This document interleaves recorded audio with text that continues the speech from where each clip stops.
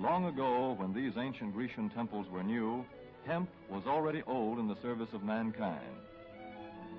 For thousands of years even then, this plant had been grown for cordage and coarse cloth in China and elsewhere in the East. For centuries prior to about 1850, all the ships that sailed the western seas were rigged with hempen rope and sails. For the sailor, no less than the hangman, hemp was indispensable.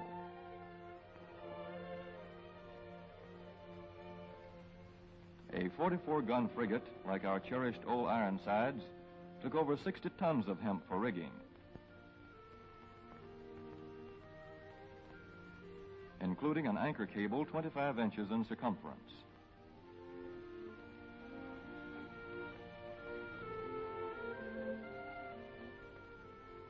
The Conestoga wagons and prairie schooners of pioneer days were covered with hempen canvas. Indeed, the very word canvas comes from the Arabic word for hemp. In those days, hemp was an important crop in Kentucky and Missouri. Then came cheaper imported fibers for cordage, like jute, sisal, and manila hemp, and the culture of hemp in America declined.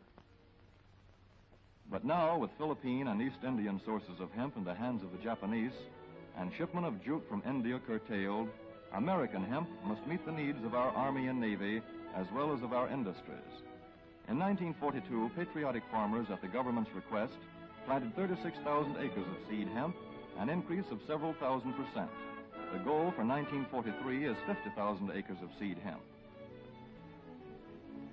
In Kentucky, much of the seed hemp acreage is on river bottom land such as this, along the Kentucky River Gorge. Some of these fields are inaccessible except by boat. Thus, plans are afoot for a great expansion of the hemp industry as a part of the war program. This film is designed to tell farmers how to handle this ancient crop, now little known outside Kentucky and Wisconsin. This is hemp seed. Be careful how you use it. For to grow hemp legally, you must have a federal registration and tax stamp. This is provided for in your contract. Ask your AAA committeeman or your county agent about it. Don't forget, hemp demands a rich, well-drained soil such as is found here in the bluegrass region of Kentucky or in central Wisconsin.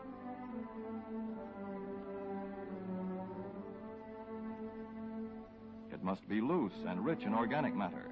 Poor soils won't do. Soil that will grow good corn will usually grow hemp. Hemp is not hard on the soil. In Kentucky, it has been grown for several years on the same ground, though this practice is not recommended. A dense and shady crop, hemp tends to choke out weeds. Here's a Canada thistle that couldn't stand the competition. Dead as a dodo. Thus, hemp leaves the ground in good condition for the following crop. For fiber, hemp should be sown 5 pecks to the acre. With drill, the closer the rows, the better. These rows are spaced about 4 inches. This hemp has been broadcast. Either way, it should be sown thick enough to grow a slender stalk.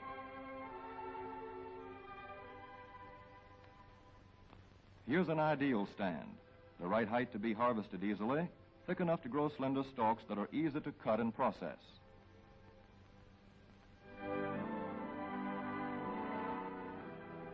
Stalks like these here on the left, they yield the most fiber and the best.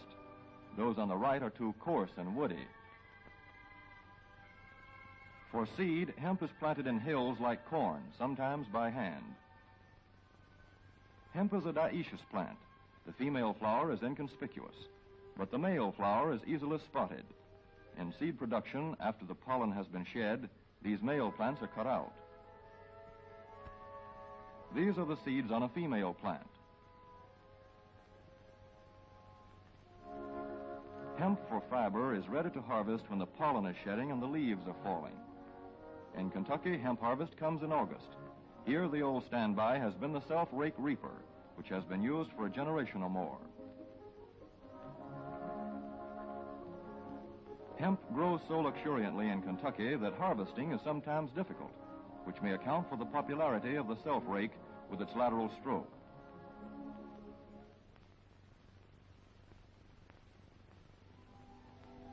A modified rice binder has been used to some extent. This machine works well in average hemp.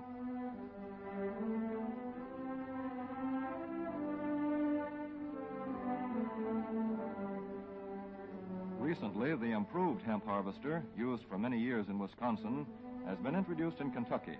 This machine spreads the hemp in a continuous swath. It is a far cry from this fast and efficient modern harvester to the Armstrong model of yore. But here's one kind of harvester, at least, that doesn't stall in the heaviest hemp. In Kentucky, hand cutting is practiced in opening fields for the machines.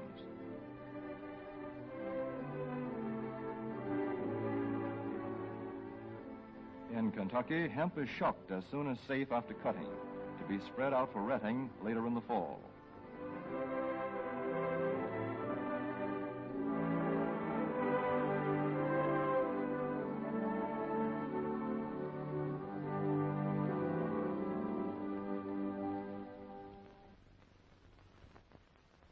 In Wisconsin, hemp is harvested in September. Here, the hemp harvester with automatic spreader is standard equipment. Note how smoothly the rotating apron lays the swath preparatory to retting. Here it is a common and essential practice to leave headlands around hemp fields. These strips may be planted to other crops, preferably small grain. Thus, the harvester has room to make its first round without preparatory hand cutting. Here the machine is running over corn stubble. When the cutter bar is much shorter than the hemp is tall, overlapping occurs. Not so good for retting. The standard cut is 8 to 9 feet. The length of time hemp is left on the ground to ret depends on the weather. The swaths must be turned to get a uniform ret.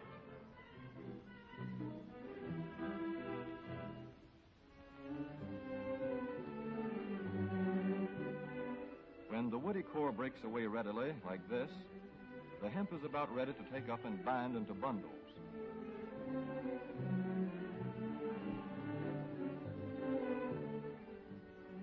Well-retted hemp is light to dark gray.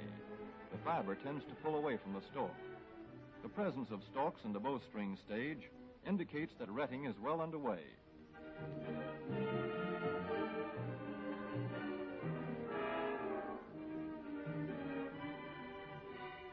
When hemp is short or tangled, or when the ground is too wet for machines, it is bound by hand. A wooden buck is used. Twine will do for tying, but the hemp itself makes a good band.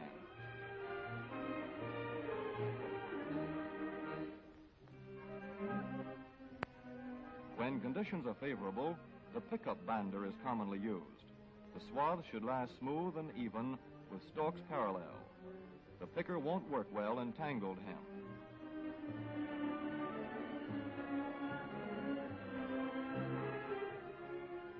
After binding, hemp is shucked as soon as possible to stop further retting. In 1942, 14,000 acres of fiber hemp were harvested in the United States. The goal for 1943 is 300,000 acres. Thus, hemp, Cannabis sativa, the old standby cordage fiber, is staging a strong comeback. This is Kentucky hemp going into the dryer of a mill at Versailles.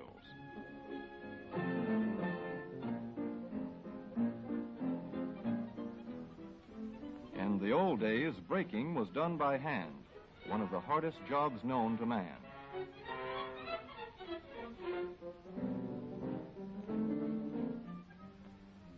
Now the power breaker makes quick work of it.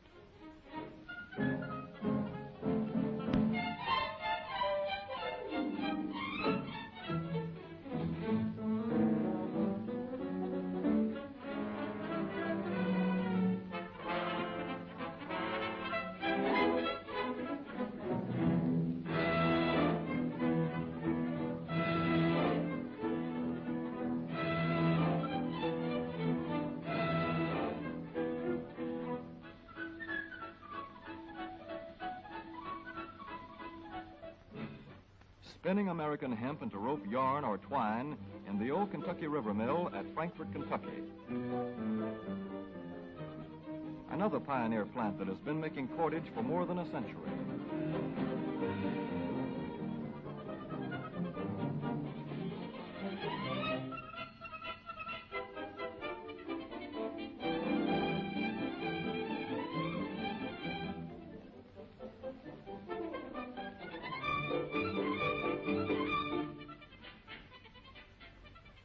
All such plants will presently be turning out products spun from American-grown hemp.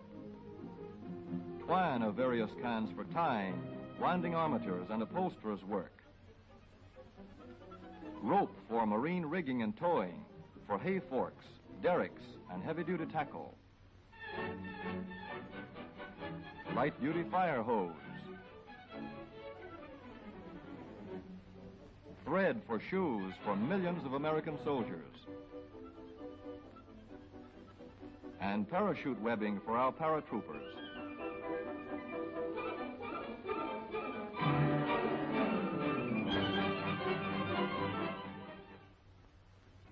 As for the United States Navy, every battleship requires 34,000 feet of rope, and other craft accordingly. So here in the Boston Navy Yard, where cables for frigates were made long ago, crews are now working night and day making cordage for the fleet. In the old days, rope yarn was spun by hand.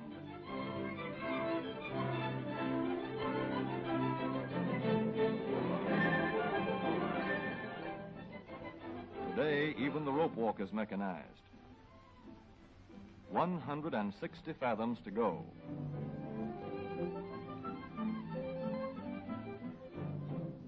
The rope yarn feeds through holes in an iron plate.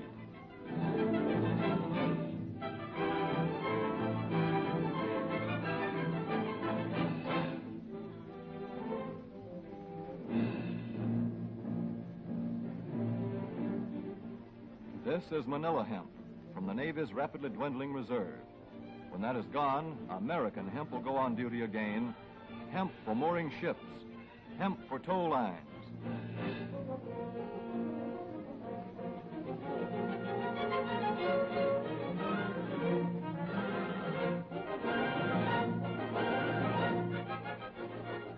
Hemp for tackle and gear. Hemp for countless naval uses, both on ship and shore. Just as in the days when old Ironside sailed the seas victorious, with her hempen shrouds and hempen sails.